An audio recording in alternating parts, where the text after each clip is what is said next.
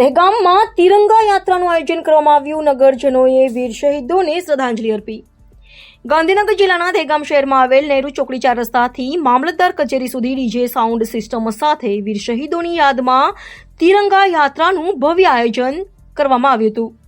દહેગામ વેપારી મંડળ આયોજન કરવામાં આવ્યું હતું. વિશ્વ હિન્દુ પરિષદ, બજરંગ દળ, ઈશ્વરીય પ્રજાપિતા બ્રહ્મકુમારી, દહેગામ સિનિયર સિટીઝન, દહેગામ શહેર તાલુકા નાગરિક અધિકારી સમિતિના હોદ્દેદારો તથા દહેગામ તાલુકા ધારાસભ્ય બલરાજસિંહ ચૌહાણ, નગરપાલિકા પ્રમુખ વૈશાલીબેન સોલંકી, દહેગામ શહેર ભાજપ પ્રમુખ ગોપાલભાઈ બારોટ, દહેગામ તાલુકા ભાજપ પ્રમુખ કેતનભાઈ પટેલ, વેપારી મહામંડળના પ્રમુખ પંકજભાઈ પટેલ, મંત્રી યોગેન્દ્રભાઈ શર્મા તથા તાલુકા ભાજપ સંગઠનના હોદ્દેદારો અને પાલિકાના નગરસેવકો તેમજ તાલુકા હોમગાર્ડ યુનિટના જવાનો સાથે ગાંધીનગર જિલ્લા હોમગાર્ડ કમાન્ડન્ટ વિષ્ણુભાઈ પ્રજાપતિ ઉપસ્થિત રહ્યા હતા. દહેગામ પોલીસ સ્ટેશનનો સ્ટાફ તિરંગા યાત્રામાં જોડાયેલા હતા. દહેગામ એસટી સ્ટેન્ડ 4 રસ્તા પર શહીદોને શ્રદ્ધાંજલિ અર્પણ કરી તિરંગા યાત્રાની પૂર્ણાહુતિ કરવામાં આવી હતી.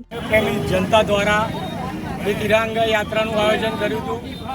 તેમાં સ્વયંભૂ દરેક ભગીની સંસ્થા જોડાઈ અને આપણા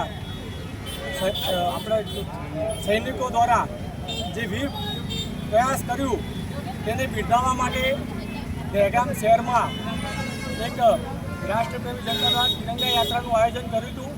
તેમાં ખૂબ જ મોટી સંખ્યામાં દરેક જોડ્યા. એ બદલ દરેક સંસ્થાનો હું હૃદયપૂર્વકથી આભાર માનું છું. અને આ એક સિંદૂર જે ઓપરેશન સિંદૂર ચાલી રહ્યું હતું તેમાં આપણે એક શહીદો જઈ શકતા નહોતા, પણ આપણી યાત્રા દ્વારા એક સંદેશ આપણે દેશના સૈનિકોને મોકલી આપ્યો છે. અમે પણ તમારી સાથે છીએ. અસ્તુ ભારત માતા કી જય. આપનું નામ બનાવો. આપનું નામ જણાવો. ગોપાલભાઈ ચંદુલાલ બારોટ, દહેગામ શહેર. આજની સિંદૂર યાત્રા વિશે શું કહેવું છે?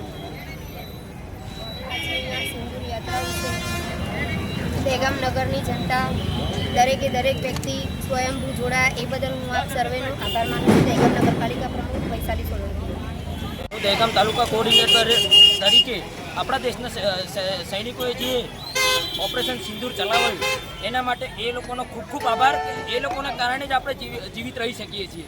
અને મારે એ જ વસ્તુ કહેવું છે કે આપણા દેશની જનતાએ એ લોકોને પૂરેપૂરો સહકાર પ્રોવાઈડ કરવો પડશે કે જેમ આપણે દહેગામ તાલુકાની જનતાને પ્રોવાઈડ કર્યો છે એ પ્રમાણે આપણે દરેક જણાએ પ્રોવાઈડ કરવો પડશે, જેથી કરીને આપણો દેશ આ પાકિસ્તાનના આતંકવાદની સામે ઝઝૂમી રહ્યો છે.